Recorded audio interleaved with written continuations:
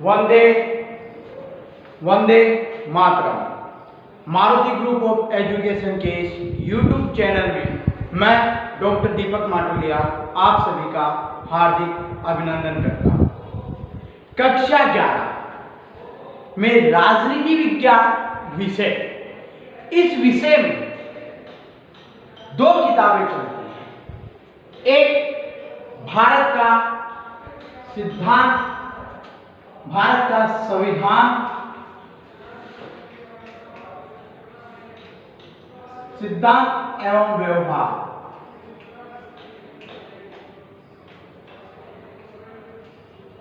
और दूसरी किताब है वह है राजनीतिक सिद्धांत।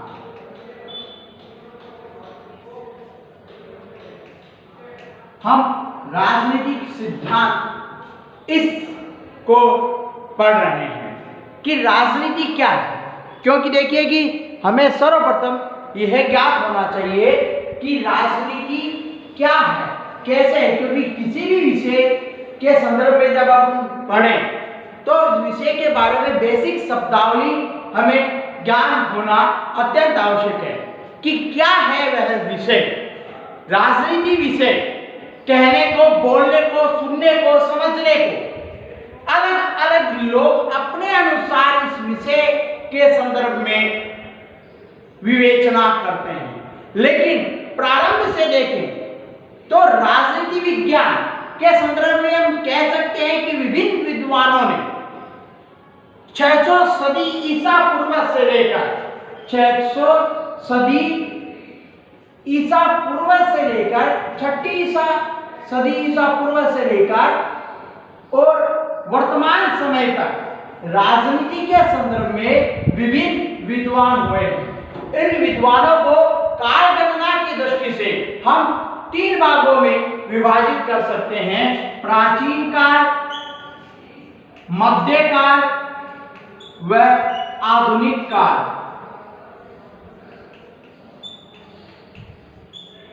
प्राचीन काल, मध्यकाल व आधुनिक काल। तो इन तीनों के आधार पर, इन तीनों कालों की विवेचना करने के आधार पर हमें यह जानना अत्यंत आवश्यक है कि राजनीतिक सिद्धांत क्या है। राजनीतिक सिद्धांत क्या है, इसके संदर्भ में आपकी जो पाठ्य पुस्तक है उसका जो पहला अध्याय है वह है राजनीतिक सिद्धांत। क्या है राजनीति? राजनीति विज्ञान, इस विषय में 2 शब्द हैं, राजनीति और विज्ञान। विज्ञान से तात्पर्य है विशेष ज्ञान। विज्ञान से तात्पर्य है विशेष ज्ञान। यदि शाब्दिक अर्थ में देखें तो हम ये कह सकते हैं सामान्यतः बोलचाल की भाषा में कि राजनीति के संदर्भ में जो विशेष ज्ञान जिस विषय में होता है वह राजनीति विज्ञान है। यह केवल बोलचाल की भाषा में कि राजनीति के विषय में जो विशेष ज्ञान जिस विषय में होता है वह राजनीति विज्ञान है। लेकिन इस राजनीति विज्ञान में क्या है, राजनीतिक सिद्धांत कैसे क्या अस्तित्व में आए, इनका हम एक परिचय, एक इंट्रोडक्शन देखें तो राजनीति सिद्धांतों का उद्देश्य क्या होता है। राजनीतिक सिद्धांतों का उद्देश्य होता है नागरिकों को राजनीतिक प्रश्नों के संदर्भ में तर्क संगत ढंग से सोचने व राजनीतिक घटनाओं को सही तरीके से आंकने का प्रशिक्षण देना। यानी कि राजनीतिक जो भी प्रश्न हैं, जो भी राजनीति के प्रश्न हैं, उनके संदर्भ में सही तरीके से ढंग से सोचने, यानी कि हम किसी भावावेश में नहीं आ सकते।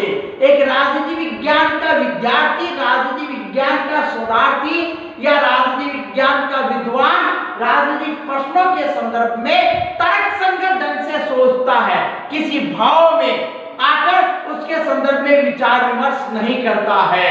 तो राजनीतिक प्रश्नों के संदर्भ में तर्कसंगत ढंग से सोचने व राजनीतिक घटनाओं का, जो भी राजनीतिक घटनाएं होती है, उन राजनीतिक घटनाओं का सही तरीके से आंकने, यानी कि उसमें भी कोई भाव में, कोई किसी की भक्ति में आकर उन राजनीतिक घटनाओं को तोड़ मरोड़ कर प्रस्तुत नहीं किया जाना।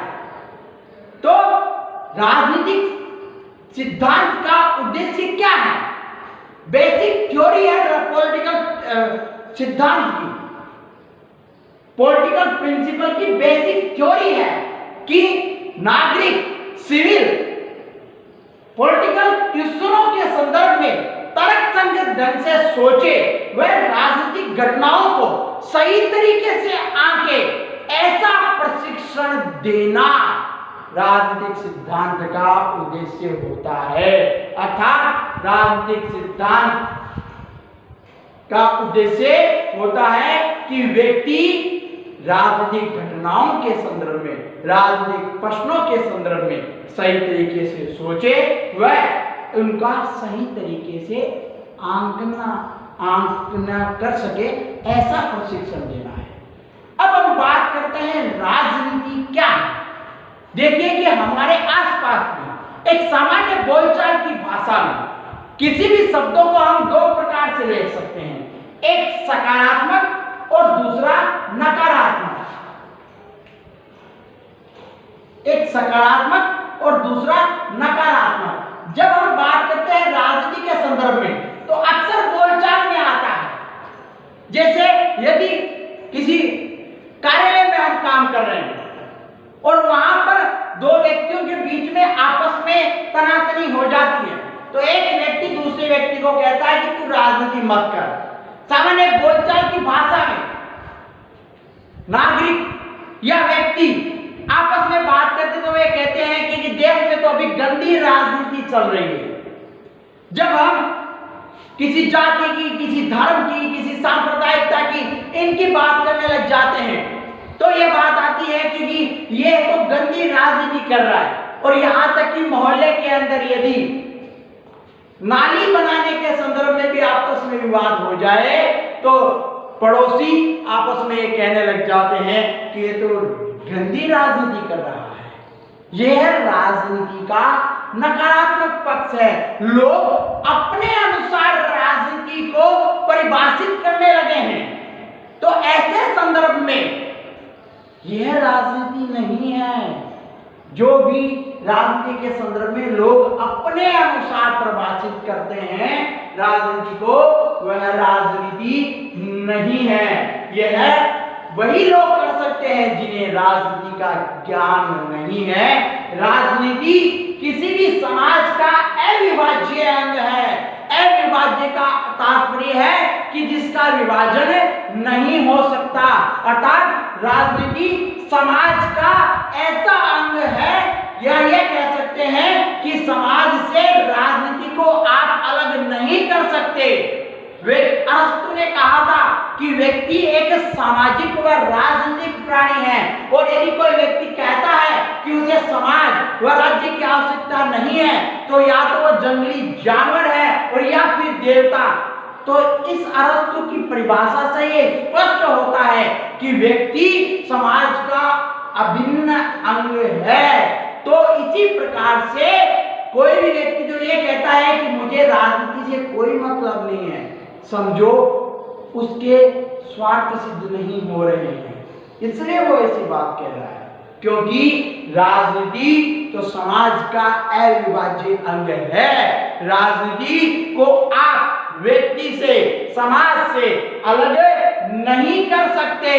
भारत के राष्ट्रपिता महात्मा गांधी ने कहा था कि राजनीति ने हमें सांप की कुंडली की तरह जकड़ रखा है और इससे जूझने के अलावा अन्य कोई रास्ता नहीं है। अर्थात महात्मा गांधी के इस कथन से स्पष्ट है कि राजनीति ने जिस प्रकार से सांप की कुंडली आपस में जकड़ रखती है, उसी प्रकार से राजनीति ने, महात्मा गांधी का यह मानना है कि राजनीति ने भी हमें सांप की कुंडली की तरह जकड़ रखा है और हमें इससे जूझने के अलावा अन्य कोई रास्ता नहीं है। अर्थात हम ये नहीं कह सकते कि हमें राजनीति से कोई मतलब नहीं है या हमें समाज से कोई मतलब नहीं है। राजनीति के संदर्भ में यह भी कहा जाता है कि सरकारों के कार्यों को ही राजनीति के संदर्भ में परिभाषित कर देते हैं, लेकिन यह राजनीति की सीमित परिभाषा है। राजनीति हालांकि सरकार के कार्यों के संदर्भ में भी राजनीति है, नागरिकों के कार्यों के संदर्भ में भी राजनीति है, लेकिन यह केवल सीमित परिभाषा है राजनीति की। राजनीति का जन्म क्यों होता है? राजनीति का जन्म का क्या तथ्य है, क्या आधार है जिसके आधार पर राजनीति का जन्म हुआ है? तो वह आधार है हमारे समाज के लिए क्या उचित है एवं क्या नहीं, अर्थात समाज के लिए क्या आवश्यक है, क्या समाज के लिए उचित है, क्या समाज के लिए उचित है और क्या नहीं है। इन सारी चीजों के बारे में, इन सारी विषय वस्तु के बारे में ज्ञान करवाने के लिए राजनीति का जन्म हुआ है। तो राजनीति समाज का अविभाज्य अंग है। राजनीति का जन्म हमारे समाज के लिए क्या उचित एवं क्या वांछनीय है, इसका ज्ञान कराने के लिए हुआ है। तो राजनीति के संदर्भ में कोई भी व्यक्ति ये कहता है कि ये गंदी राजनीति है या ऐसा है, समझ लेना कि उसे राजनीति क्या है इसका भी ज्ञान नहीं है। राजनीति किसी भी समाज का अविभाज्य अंग है। व्यक्ति राजनीति से अलग नहीं हो सकता और राजनीति इसका जन्म इस आधार पर हुआ है कि समाज के लिए क्या उचित है एवं क्या वांछनीय है।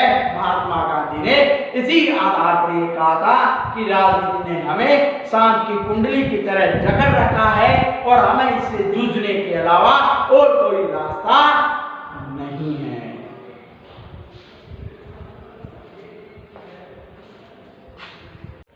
अब हम विचार करते हैं कि राजनीतिक सिद्धांतों में हम क्या पढ़ते हैं, अर्थात इन राजनीतिक सिद्धांतों में हम क्या, किस विषय का, किन विचारों का, किन तर्कों का क्या पढ़ते हैं, कैसे क्या अध्ययन करते हैं राजनीतिक सिद्धांतों में। तो राजनीतिक सिद्धांत उन विचारों व नीतियों को व्यवस्थित रूप को प्रतिबिंबित करता है, अर्थात राजनीतिक विचार उन विचारों व नीतियों को व्यवस्थित रूप से प्रतिबिंबित करता है जिनसे हमारे सामाजिक जीवन, सरकार और संविधान ने आकार ग्रहण किया है। अर्थात हमारे सामाजिक जीवन, कैसे क्या हमारा सामाजिक जीवन है, कैसे क्या सरकार है, कैसी सरकार है, कैसे संविधान है, संविधान में कौन कौन से अधिकार हैं, कौन कौन सी स्वतंत्रता है, कौन कौन से है वह कर्तव्य हैं। इन सारी चीजों का अध्ययन कहाँ पर किया जाता है? राजनीतिक सिद्धांतों में। तो राजनीतिक सिद्धांत उन विचारों व नीतियों को व्यवस्थित रूप से प्रतिबिंबित करता है जिनसे हमारे सामाजिक जीवन, सरकार व संविधान ने आकार ग्रहण किया है। तो सामान्यतः हम कह सकते हैं कि राजनीतिक सिद्धांत क्या है? वह नीतियां हैं जिनसे हमारी समाज, सरकार व संविधान संचालित होते हैं, या जो हमारे समाज में, सरकार के कार्यों में व संविधान में सम्मिलित हैं, वो सारे राजनीतिक सिद्धांत हैं। लेकिन हमें यह ध्यान में रखना है, जैसे कि हम बात करें लोकतंत्र, स्वतंत्रता, समानता, अधिकार, मौलिक कर्तव्य, ये सब क्या है? ये सब राजनीतिक सिद्धांत है। तो क्योंकि ये हमारे सामाजिक जीवन में भी सम्मिलित है, सरकार व संविधान में भी ये सम्मिलित है, तो इसलिए राजनीतिक सिद्धांत में ध्यान में रखने वाली बात है कि राजनीतिक सिद्धांत में वे विचार व नीतियां सम्मिलित होती है जो हमारे सामाजिक जीवन, सरकार और संविधान में निहित होती है। सामान्य से इसका अर्थ यही है। लेकिन इस राजनीतिक सिद्धांतों का जन्म कोई एकाएक नहीं हुआ। प्रारंभ से 6ठी सदी ईसा पूर्व से चिंतन मनन किया जा रहा है राजनीतिक सिद्धांतों के संदर्भ में, तर्क वितर्क इनके आधार पर, क्योंकि ये स्थिति स्पष्ट है कि जब हम किसी विषय पर तर्क करते हैं तो ये कहा जाता है, संस्कृत में कहा जाता है वादे वादे जायते तत्वबोधा, अर्थात आपस के वाद विवाद से ही सत्य का ज्ञान होता है। तो प्रारंभ से तर्क वितर्क के द्वारा राजनीतिक सिद्धांतों का निर्माण हुआ है। हम बात करते हैं 6ठी सदी ईसा पूर्व के कि तो उस समय यूनान में महान दार्शनिक प्लेटो, अरस्तु, इन्होंने अपने विद्यार्थियों के साथ में, विभिन्न विद्वानों के साथ में तर्क वितर्क करते हुए विभिन्न सिद्धांत देने का प्रयास किया। हम बात करते हैं तो आपको बात बता दूं कि सर्वप्रथम रूसो ऐसा विद्वान था जिसने यह बात कही थी कि स्वतंत्रता मानव मात्र का मौलिक अधिकार है, अर्थात स्वतंत्रता होनी अत्यंत आवश्यक है, मानवता का मौलिक अधिकार स्वतंत्रता है। ये बात सर्वप्रथम जिस विद्वान ने कही थी वह रूसो है। और आज हम देखते हैं कि संविधानों में नागरिकों को स्वतंत्रता दी जाती है। तो किसका प्रभाव हुआ? रूसो का। ये कोई एकाएक विचार नहीं आया, ये सदियों से जो भी विचार चल रहे हैं, विभिन्न विद्वानों के जो विचार चल रहे हैं, उनके आधार पर, उनके आपस के तर्क वितर्क के आधार पर राजनीतिक सिद्धांतों का निर्माण हुआ है। कार्ल मार्क्स ने कहा था कि समानता भी उतनी ही निर्णायक होती है जितनी की स्वतंत्रता। रूसो ने तो कहा था कि स्वतंत्रता मानव मात्र का मौलिक अधिकार है, वही कार्ल मार्क्स तो यहां तक कहता है कि समानता भी उतनी ही निर्णायक है जितने की स्वतंत्रता, अर्थात समानता और स्वतंत्रता को बराबर मानने वाला विद्वान कार्ल मार्क्स था, जिसने कहा था कि समानता भी उतनी ही है निर्णायक है जितनी की स्वतंत्रता। तो ये कह सकते हैं कि कार्ल मार्क्स ने समानता और स्वतंत्रता को बराबर माना है। अब बात करते हैं महात्मा गांधी की। तो महात्मा गांधी ने अपनी पुस्तक हिंद स्वराज में वास्तविक स्वतंत्रता व स्वराज की विवेचना की है कि स्वतंत्रता क्या है, क्या है स्वराज। इन सारी चीजों की, इन सारे विचारों की विवेचना महात्मा गांधी ने अपनी पुस्तक हिंद स्वराज में की है। अंबेडकर, भीमराव जी अंबेडकर भारत के संविधान के निर्माता में प्रमुख, इन्होंने अंबेडकर जी ने कहा है कि अनुसूचित जातियों को विशेष संरक्षण मिलना चाहिए। ये बात उन्होंने कही था, अनुसूचित जातियों को आप अल्पसंख्यकों में शामिल करो, अनुसूचित जातियों को आप विशेष दर्जा दो। तो ये कह सकते हैं कि समाज के पिछड़े वर्गों के लिए आवाज उठाने वाले अंबेडकर जी थे। अब हम बात करते हैं गांधी के सिद्धांतों की। जब हम चर्चा करते हैं तो गांधी के सिद्धांतों को नीति निर्देशक तत्वों में स्थान दिया गया है। ये कई बार एग्जाम में पूछा जाता है कि गांधी के सिद्धांत को भारतीय संविधान में कहां पर जगह दी गई है। तो ध्यान में रखना है, संविधान, भारतीय संविधान के भाग 4 में नीति निर्देशक तत्व हैं, उनमें गांधी जी के सिद्धांतों को स्थान दिया गया है। हम बात करते हैं तो देखिए कि ये जो विभिन्न विद्वानों के जो विचार हैं, इनको भारतीय संविधान में भी स्थान दिया गया है। जैसे अंबेडकर जी के विचार, अनुसूचित जातियों को विशेष दर्जा देना, अनुसूचित जो आपस में अस्पृश्यता या जो छुआछूत जो होती है उसके संदर्भ में जो अंबेडकर जी ने आवाज उठाई, जिसके परिणाम स्वरूप भारतीय संविधान के अनुच्छेद 17 में अस्पृश्यता का अंत किया गया। अनुच्छेद 17 में अस्पृश्यता का अंत किया गया। ठीक उसी प्रकार से भारतीय संविधान के भाग 3 में अनुच्छेद 12 से लेकर 35 तक जो मौलिक अधिकार हैं, इन मौलिक अधिकारों में स्वतंत्रता, समानता, धार्मिक स्वतंत्रता का अधिकार, शोषण के विरुद्ध अधिकार, अल्पसंख्यकों को अधिकार, संवैधानिक उपचारों का अधिकार, तो ये सारे जो भी अधिकार दिए गए हैं वो सब क्या है? राजनीति के सिद्धांत। तो इन सारे सिद्धांतों को कहां पर जगह दी गई है?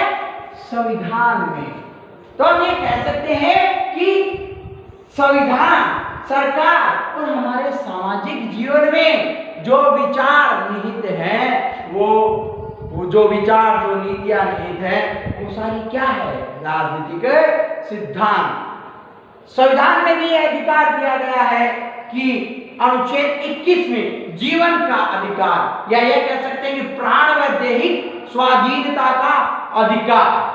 वर्तमान समय के अंदर हम वह इंटरनेट का इस्तेमाल करते हैं। आपको बात बता दूं कि जो इंटरनेट का इस्तेमाल करते हैं उन्हें इंटरनेटजन कहा जाता है हिंदी में, और अंग्रेजी में इंटरनेट का प्रयोग करने वालों को नेटिजन कहा जाता है। यानी अंग्रेजी भाषा में जो इंटरनेट का जो इस्तेमाल करते हैं उन्हें अंग्रेजी भाषा में नेटिजन कहा जाता है, वह हिंदी भाषा में इंटरनेटजन कहा जाता है। वर्तमान समय में यह विचार उठ रहा है कि इंटरनेट का इस्तेमाल करने से क्या व्यक्ति की व्यक्तिगत स्वतंत्रता का हनन तो नहीं हो रहा? क्योंकि हम मोबाइल और कंप्यूटर, इनके माध्यम से, इनके द्वारा विभिन्न जो ऐप आते हैं, उन ऐपों में हमारे डाटा सेव होते हैं, और इन डाटा सेव जो हमारे होते हैं, हमारी जो महत्वपूर्ण जो आंतरिक जानकारियां होती है, वो जानकारियां हैं इन डाटाओं के, इन ऐपों के माध्यम से कहीं और भी जा रही है। तो यह व्यक्तिगत स्वतंत्रता का हनन है। तो यह जो विचार आ रहा है, यह भी राजनीतिक सिद्धांतों में है कि व्यक्ति की व्यक्तिगत स्वतंत्रता का हनन ना हो।